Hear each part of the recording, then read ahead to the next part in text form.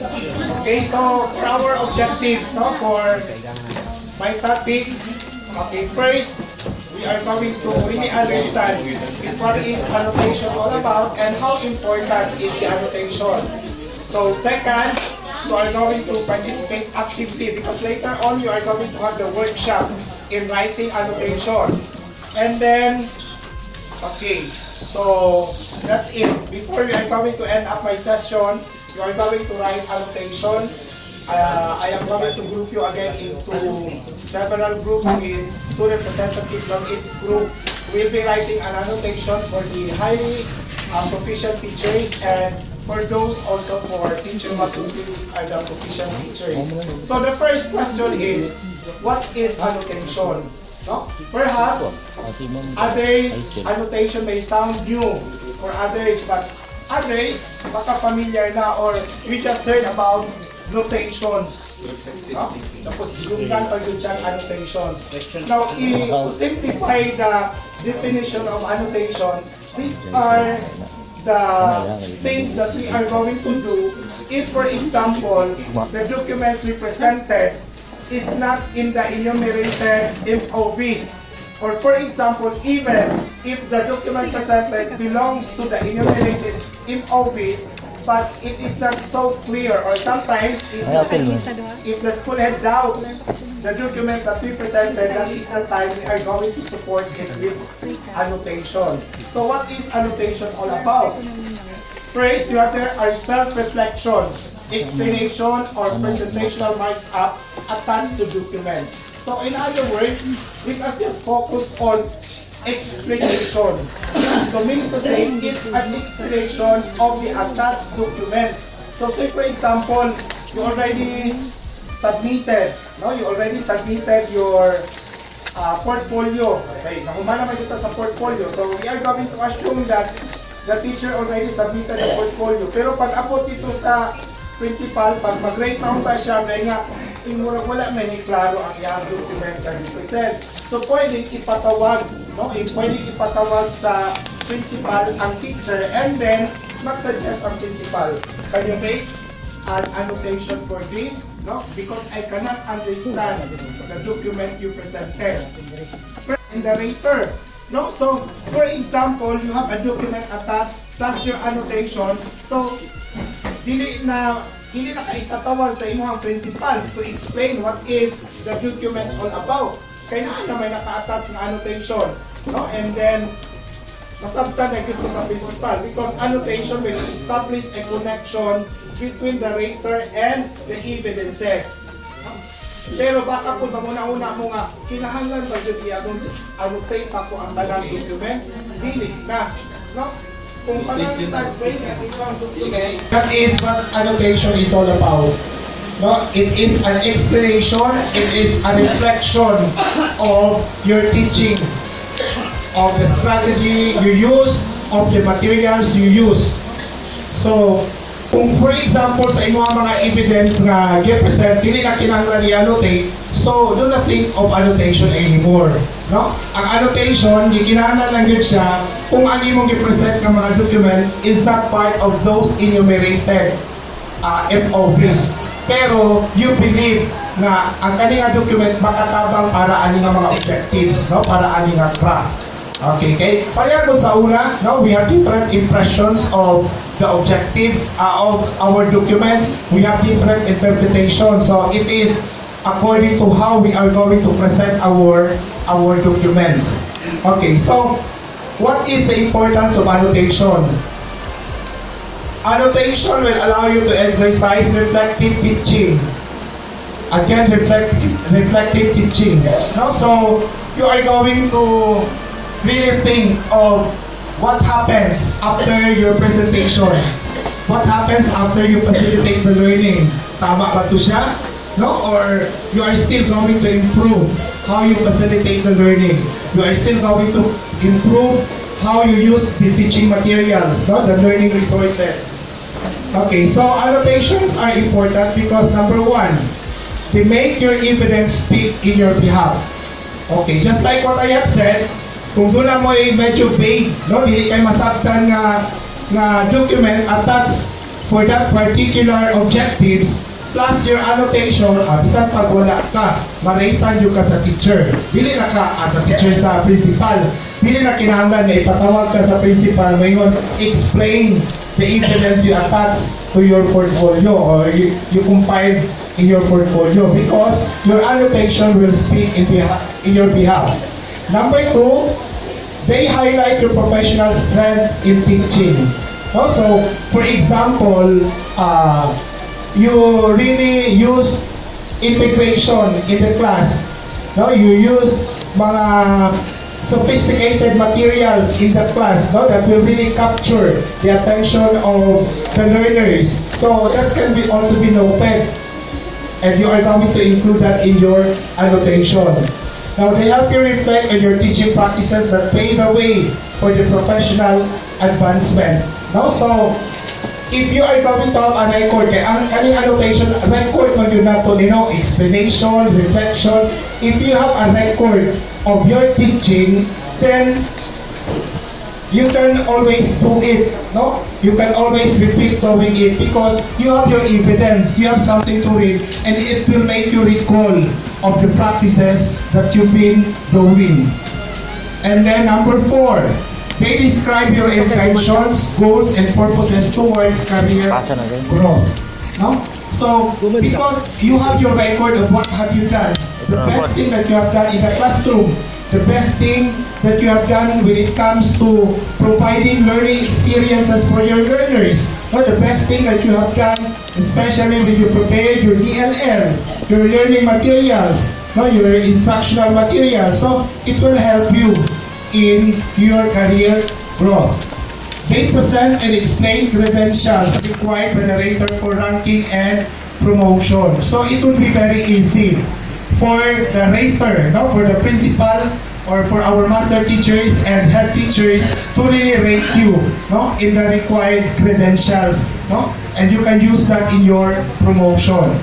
They make it easier for the rater to rate your performance. No? So, with a very organized portfolio and then with the very believable documents presented plus annotation, so unsa pa dyan pangitaon sa rater. No? So, perfect na kayo ang grado. Okay, what are we going to annotate? No? Unsa pa dyan ang ato ang i-annotate? When writing annotation, you need to present evidences of your best practices in the craft. No? Okay, so unsa man ang ato ang panghuna-hunaon when we are going to write our annotation? Unsa may mga posible? Unsa may mga posible nga himuan nato annotation? Okay, ang ato ang mga documents, no? Mga artifacts that show your creativity and resourcefulness in teaching. Now, say for example, let us say you included mga materials in your teaching na wala ninyo na-reflect dito sa inyong DLL. No? Wala ninyo nasulat na nagamit mo ang mga resources. So, pag mag-rate ang teachers, ang principal sa DLL, katulad yung pasang tunaan dito. No? Pero nagamit pa na ay kaani nga other materials na wala nimo na-reflect dito. So, you can make an annotation for that and you are going to attach it. No? So, unsa siya nga document na belong. For example, it belongs to CRA number 1 and documents number 2. So, dito po mo siya ibutang, i-label po mo siya para dili matingala ang rater asa ba ni siya nga MOB number na belong. Number 1, number 2, number 3, unsa ba? No? So, dapat mo fit siya kung asa mo siya gusto mabutang. No? And then, evidence that may fully satisfy the requirements of the performance indicators but do not clearly demonstrate their link to the indicators themselves. Okay, so just like what I have said, no? You believe that this evidence will supplement, no? Is a supplemental evidence to the documents required pero wala siya sa enumerated, no? Ng mga documents, then that's the time that you are going to annotate. Evidences that may fully satisfy, okay? And then classroom context that explain your teaching practice and the realities you face in the classroom, school, community, context. No? So, ang atuang mga teacher, they are very resourceful. No? They have that initiative on what activities they are going to employ, what strategies they are going to use when they are going to face their students. But sometimes, dili na nila masulat dito sa iyang DLL. No, pero ilahag yung nga ginahimo. They can identify unsa nga strategy ang ilahang nagamit, unsa nga kind or structure of cooperative learning ang ilahang gigamit. So pwede nilang i-annotate that, for example, when you are going to write an annotation about structure of cooperative learning, when I give this kind of mga activity, no, writing sentences by writing a story by group, I use the jigsaw sa mga structure of cooperative learning. Pero dili na makita dito sa imuhang DLL nga nagamit ka og jigsaw.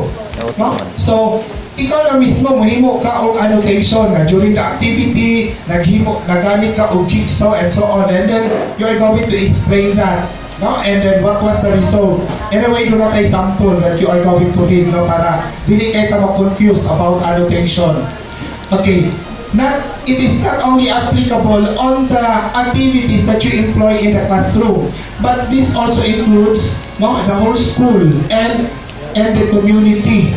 Okay, kabaluta nga ang trabaho sa teacher does not end in the four walls of the classroom, but we have to establish linkage. No? Okay. What are our guide in writing our annotation for particular MOVs of the portfolio? No? So this will guide us on how are we going to write our annotation. Step 1, describe the means of verification, the MOV that you want to annotate. Okay, the following questions may help you describe the MOV that you want to annotate. Okay, what is my MOV all about? So meaning to say, before you are going to write your annotation, you are still going to describe what is your annotation all about. Okay, this annotation refers to unsa nga document, no? Unsa ang imong gusto ipakita. No, just a little description. Okay, and then, how does my MOV meet the KRA objectives? So, paunsa siya mali dito sa objectives na gusto nimong presentahan o annotation. These questions, no, step 2. These questions may guide your reflection. How does my MOV meet my objective? What do I wish to highlight in my MOV in relation to the objective? What classroom context explain my practices as reflected in my MOV? So, sometimes, kita nga magbasa, ano yung mga questions, kayo taga-asa siguro kayo sa pag-annotate, or it will just confuse us. So, maunang gahimo ko ang mga sample para at least hindi na kayo ma-pattern ano yung mga questions, but we can learn more by reading the examples that I am going to present through sa inyong mga copies. No? Okay, so okay. Actually, naani siya diha sa inyong sample. No? Yapin ako siya. This example was taken during our training, no? The regional training. So, ang iyang objectives is applied content of knowledge of content within and across curriculum teaching areas. And then, makita ninyo nga gi-check niya ang lesson plans because the annotation would answer there is a means of verification number 2. No? Talatawa ninyo diya sa inyong kopya, naana siya diya. Okay, so mao ni ang iyang pagsulat sa iyang description of the MOV. The MOV presented was a lesson plan that showed integration of knowledge and content in physical education. And then paunsa niya gi-explain ang iyang annotation. In this lesson, I incorporated knowledge of sports, specifically football and soccer to my math lesson. So makita na tayo na to ang integration, no? To get students interested, I drew attention to the sports news about how the Philippine team had been putting up a good fight against more experienced teams in Asia, such as Japan and Korea. To apply math concepts, I led the class in discussing the game scores and other sports statistics. My students were engaged. I was able to deliver my lesson in math with an interesting focus on sports. So see, it's an explanation of sa iyahang MOVs presented. No? Okay. Now, another example. Nadia sa inyong kopya. This is our output during the regional training, no? When we were given the workshop. Okay. Ang kaning second example that I am going to read to you, number 4. No? Number 4. Description of the MOV. So, it is under unsa ni siya nga objectives. Unsa nga CRA, manage learner behavior. This is CRA number, katawan niyo sa inyong unsa nga CRA? Number 2. No, CRA number 2, it has something to do with learning environment. No? Okay, learning environment. So, manage learner behavior constructively by applying positive and non-violent discipline to ensure learning focused environment. And then, naka-highlights niya ang means of verification number 2. Di ba? No? So, meaning to say, mao ni ang iyahang gipakitaan og evidence, praising the learners, giving positive feedback. So, paunsa gi-present ang MOV? The MOV presented were classroom observation tool or the COT rating sheet. However, the applied positive feedback to the learner during the group activity in science was not captured in the COT.